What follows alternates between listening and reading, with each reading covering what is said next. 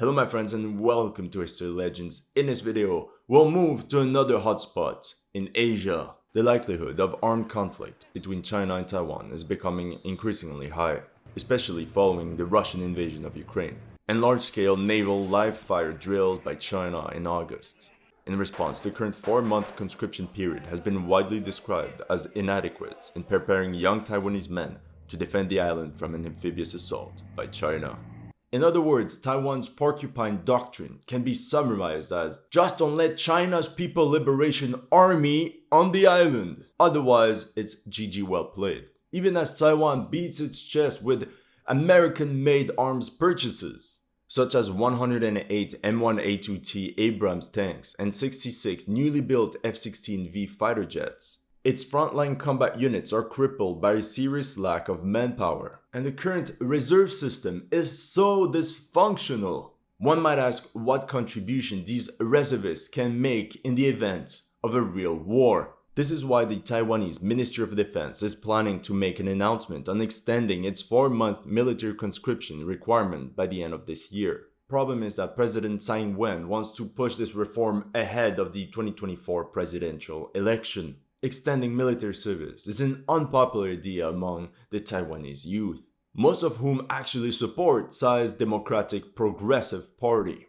I'm presenting you today's sponsor, MyHeritage. MyHeritage is the leading global service for family history research and DNA testing. Trusted by 90 million users, MyHeritage is home to more than 18 billion easily searchable historical records. Within a week of using MyHeritage, I got more information about my family history than I did in the past 10 years. With no effort, I managed to get up to 6 generations in the past. As you can imagine, with the same family name, it's very easy to trace down paternal lines. And just like that, I went as far as 1800. MyHeritage looks through archives like birth, weddings, military documents, and using image recognition software, it detects and matches all the relevant information for your family one piece at a time.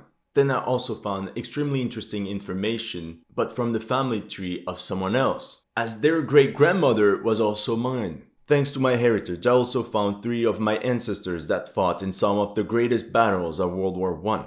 I found their entire military records, and it even described their physical appearance. And unsurprisingly, let's say that we have common features. MyHeritage also has a unique feature that allows you to colorize, animate, enhance, and or repair old photographs of your ancestors. If just like me, you finally want to know more about your family history, using the link in the description, sign up for a 14-day free trial and enjoy all the amazing features MyHeritage has to offer. And if you decide to continue with your subscription, you'll get a 50% discount. A professional army. Currently, all Taiwanese men over 18 have to serve 4 months in the military. However, just like with many democracies around the world, Taiwan began phasing out its conscription model as early as 1991, with the intention to move towards an entirely volunteer-based force for its active duty cohort of 2018. The reasoning by the civil government was that rather than to rely on poorly motivated conscripts, the army should be filled with motivated volunteers so that it could become a professional fighting force. But here's the thing, they never fully got rid of conscription. Do you want to take a guess as to why? It's simple, there were just not enough volunteers. On paper, Taiwan's Ministry of National Defense has 215,000 budgeted positions among the Army, Navy, Air Force, and Military Police Force, of which only 188,000 are soldiers and the rest are civilian employees. However, in 2018, out of these 188,000 military positions, only 153,000 of those were filled. Taiwan's parliament, the legislative yuan, acknowledged that few frontline units have more than 80% of their positions filled. Doesn't sound too bad, right? But here's the trick. This is 80% overall in the armed forces. But if we look at the combat units destined to face the Chinese assault, like armored units, mechanized infantry, or artillery troops, currently the average manpower levels average between 60 and 80%. An armored battalion commander called Lin was complaining to The Guardian that this means that at least a third of Taiwan's tanks, such as the new Abrams, are useless in a war because there's no trained crews to man them. So they buy a lot of fancy equipment and then it just stays in storage. It just lays there. And in March 2022, 20% of the new volunteer soldiers turned out to be unfit for duty and had to leave training early. There are many reasons that explain this shrinking of the frontline contingent. Conscripts are assigned according to the needs of the military, but enlisted personnel usually seek transfer to rear echelon troops, such as training schools, garrison units, signal corps, and so on. So these REMF units are facing overcapacity problems, while infantry units are in desperate shortage of enlisted soldiers, even though they're the ones expected to take the brunt of the fighting. And let's be honest, a huge chunk of the casualties once enemy troops come ashore. It is often reported that Taiwanese recruits dislike frontline units simply because of tougher training, bad food, poor living conditions left much to be desired, and not enough time on base. Probably to play video games like Call of Duty. The reports get even better. For many, being in a combat unit is a burden. Too much work for little reward, since these positions involve a lot of cleaning and maintenance of weapons and equipment, which prompts more soldiers to transfer to rear echelon jobs, which creates more burden on the already enlisted soldiers, and so on. There's also a problem regarding the commanders meant to lead these men into battle. In 2017, the Taiwanese military hoped to recruit more than 1,000 non-commissioned officers to become second lieutenants, to solve a serious shortage of junior officers. But barely anyone from the rank-and-file troops signed up, and only about 280 people were willing to take the course. Oh, I almost forgot, talking about officers. The issue is that in 4 months, draftees can expect to learn individual skills, maneuver as a fire team, squad, platoon, but then there's no time to practice for company or any high-level maneuvers outside the map room, which could mean that even the trained officers might not be well prepared to maneuver and coordinate many battalions or even many brigades at once. This is crucial because if Chinese troops manage to land and create a breachhead, only a Taiwanese counteroffensive involving thousands of men can push them back into the sea. The personnel shortfalls are a clear consequence of the poorly executed transition from conscription to an all-volunteer military over the past few years. Many Taiwanese analysts believe that phasing out conscription separates the military from the majority of society, that it pushes the military experience outside of the everyday life of the people of Taiwan. And the other obvious problem is that most young men in Taiwan are guided by careers in the civilian sector. They don't want to join the army because a new recruit can expect a pay of roughly 1,100 USD per month, which is just slightly above minimum wage. And an army officer will earn just about the same as your average entry-level office job. But I feel this is a recurrent problem in most Western countries as well. Correct me if I'm wrong, but the only difference is that in Taiwan it's even worse in the case that I don't think there are that many benefits for soldiers after serving. Let's compare Taiwan to other countries that face imminent military threats. In Israel, once enlisted, men are expected to serve for a minimum of 32 months. In South Korea, conscription lasts between 18 to 22 months, roughly 2 years depending on the branch. And in Taiwan, 4 months. Even that's a stretch because most draftees serve even less. Many can go through some sort of 2-week military training course in high school or college that can be deducted from the 4-month period. Overall, 4-month conscripts typically receive 5 weeks of basic training before they're assigned to field units for more specialty training. However, our beloved battalion commander Lin claimed that they're more of a burden than an aid, as they're not treated seriously by non-commissioned officers. Lieutenant Colonel Lin added that the couple weeks the draftees stay mean they're seen as guests rather than soldiers. And he ended with, I quote, "We just tell them to stay safe and don't get into trouble." This is literally what parents tell teenagers when they go out. Vice interviewed some reservists and asked them about their experience during their 4-month conscription period. Cheng Yi, 28, said that it was a pretty laid-back experience, that it was really basic stuff. He said that it was like summer camp with morning runs and push-ups. He remembered that he did learn how to take apart a gun and put it back together, and that before each trip to the shooting range, every draftee would be handed over 6 bullets. However, Cheng complained that beyond target practice, Taiwan's military training had little to offer. Allegedly, the infantryman curriculum doesn't even include map reading and navigation using a compass. I don't know, it seems to me there's a lot of wishful thinking. As if their smartphones will be fully charged and the GPS will be working 100% despite a full-on Chinese invasion. I'm pretty sure some of them still think that despite being fired at by the enemy, they'll still be able to call Uber if they're freaking hungry. No instructor ever explained to them the basics of Chinese military tactics, how they operate. No urban warfare training either.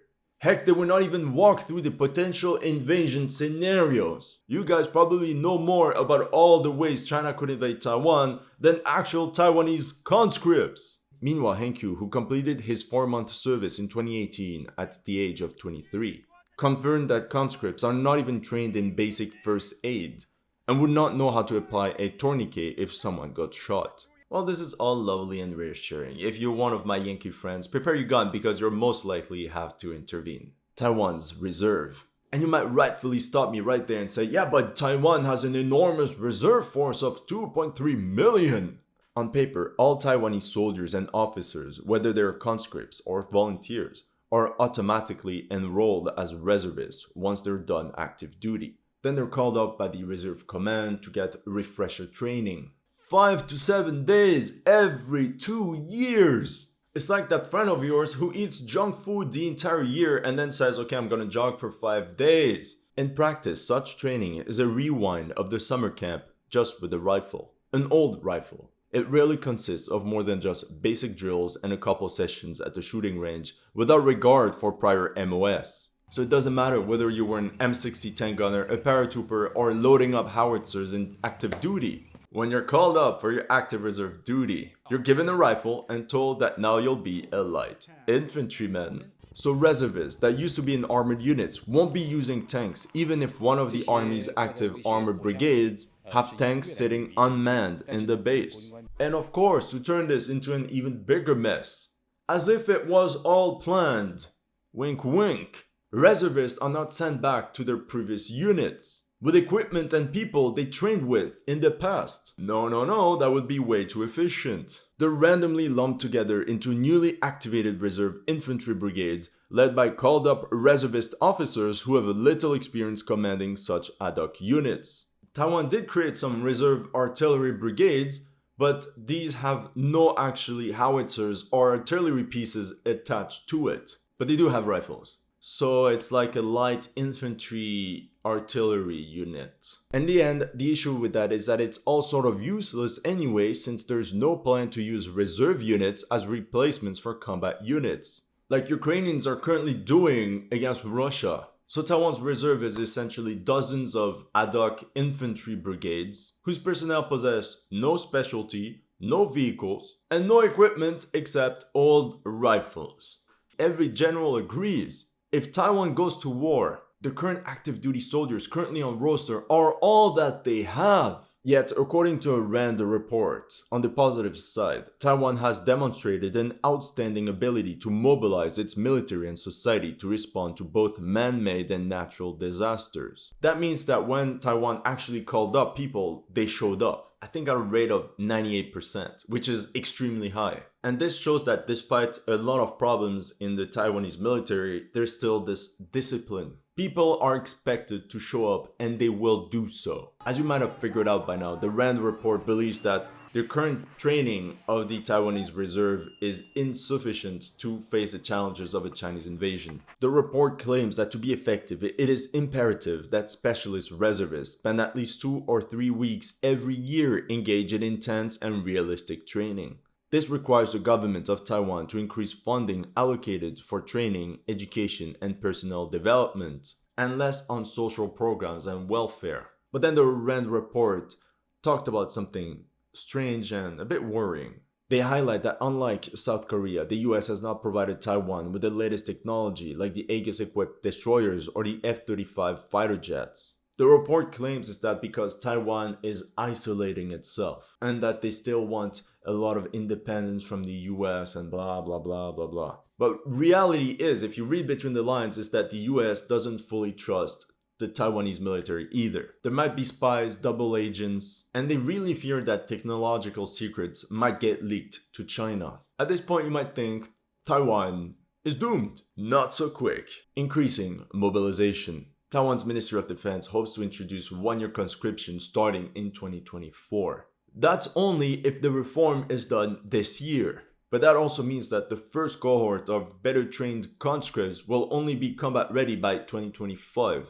And just looking at how fast world events are going right now, let's just hope it won't be too late. President Taiwan is overseeing a broad modernization program, championing the idea of asymmetric warfare to make the island's forces more mobile, agile, and harder to attack, and make an invasion as painful as possible for Beijing strategists. One of these steps in the good direction happened in March, when the first batch of military reservists showed up for duty. They did so under a new 14-day call-up system, instead of the regular 5 to 7 days every 2 years.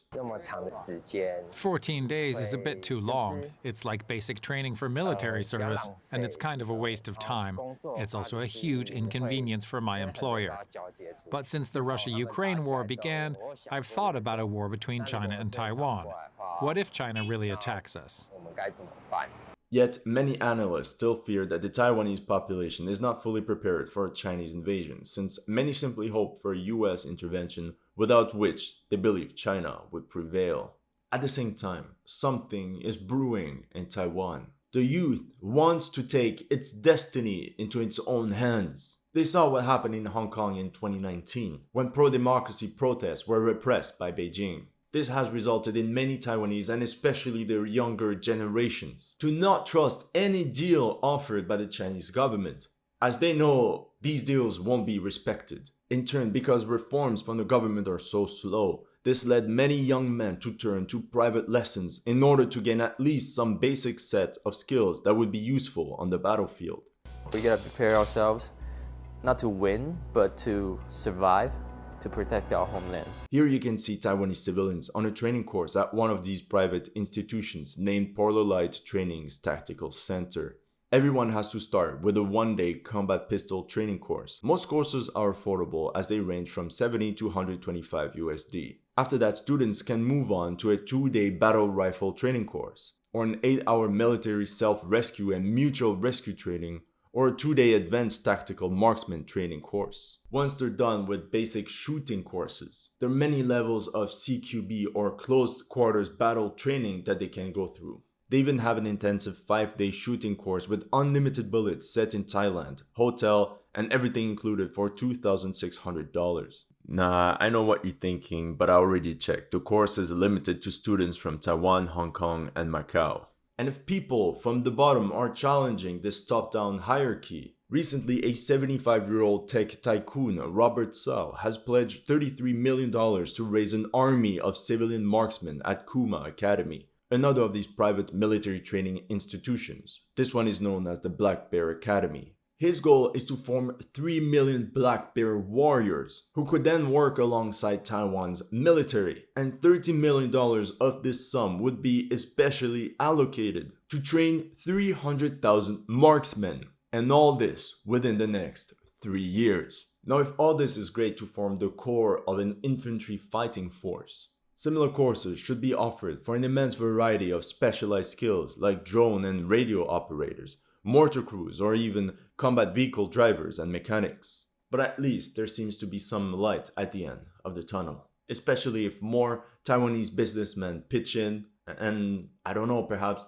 US reservists or veterans can also go there and do free training for the people there. That's all I have for you today. Let me know in the comment section what you thought of my analysis. If you're new to this channel, make sure to like and subscribe. And as always, if you like my videos and want to support the channel, make sure to check out my Patreon or PayPal. The links are in the description.